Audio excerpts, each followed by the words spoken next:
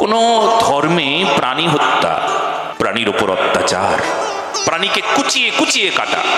এই যে বকরি ঈদ ওনারা করবে, বকরি ঈদের সময় কি করবে?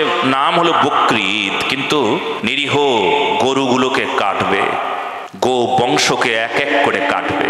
শুধু কাটবে, যেমন তেমন কাটবে নয়, এই একটু কাটলো, কাটার পর আবার ছেড়ে দিল, ছটফট ছটফট করছে, যন্ত্রণায় ছটফট ছটফট করবে।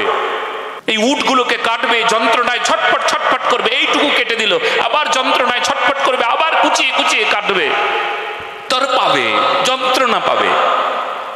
এটা কোন ধর্ম হতে পারে? প্রাণীকে নিপীড়ন করা এটা কোনো ধর্ম হতে পারে না। জোরে বলো, আরো জোরে, সত্য সনাতন ধর্ম কি? কোন ধর্ম হতে পারে না। আমরা আমাদের গো বংশকে পূজা করি, আমরা আমাদের গো বংশকে দেবতা বলে দেবতা এখানে পূজা করি। আমার দেবতাকে কেউ যদি কাটে আর আমি যদি চুপ থাকি, আমি কেমন দেব পূজক গো? আমি কেমন সনাতনী গো? আমার মাকে কেউ যদি কাটে আর আমি যদি চুপ করে বসে থাকি, আমি কেমন মাতৃভক্ত গো? আমি কেমন মায়ের সেবক গো? নির্লজ্জ হয়ে গেছি নাকি আমরা? আর না, আর বেশি দিন নাই, আর বেশি দিন নাই, একদমই অত্যাচার আর সইব না। আজকে অনেক জায়গা থেকে আমার কাছে আসছে অনেকেই, শুনলে আপনারা আনন্দ পাবেন। অনেক ইসলাম ধর্মের মানুষরা এতকাল কেউ 5 ওয়াক্ত নামাজও পড়েছে, তারাও ছুটে আসছে এই দাসের কাছে, এসে কি বলছে?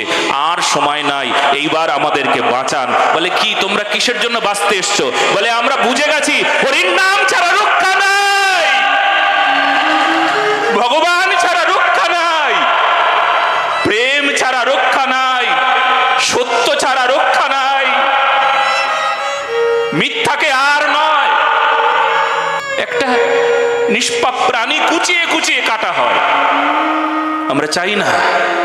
কত ইসলাম ধর্মের মানুষ তারা আমার কাছে ছুটে আসছে, হরির নাম নিচ্ছে, ভক্তি আরাধনা করতে এগিয়ে এসেছে।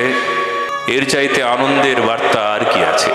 অতএব আপনাদের সকলের কাছে অনুরোধ, বিশুদ্ধ ধর্মকে উপলব্ধি করুন, বিশুদ্ধ ধার্মিক হন। সময় কিন্তু হাতে খুব কম।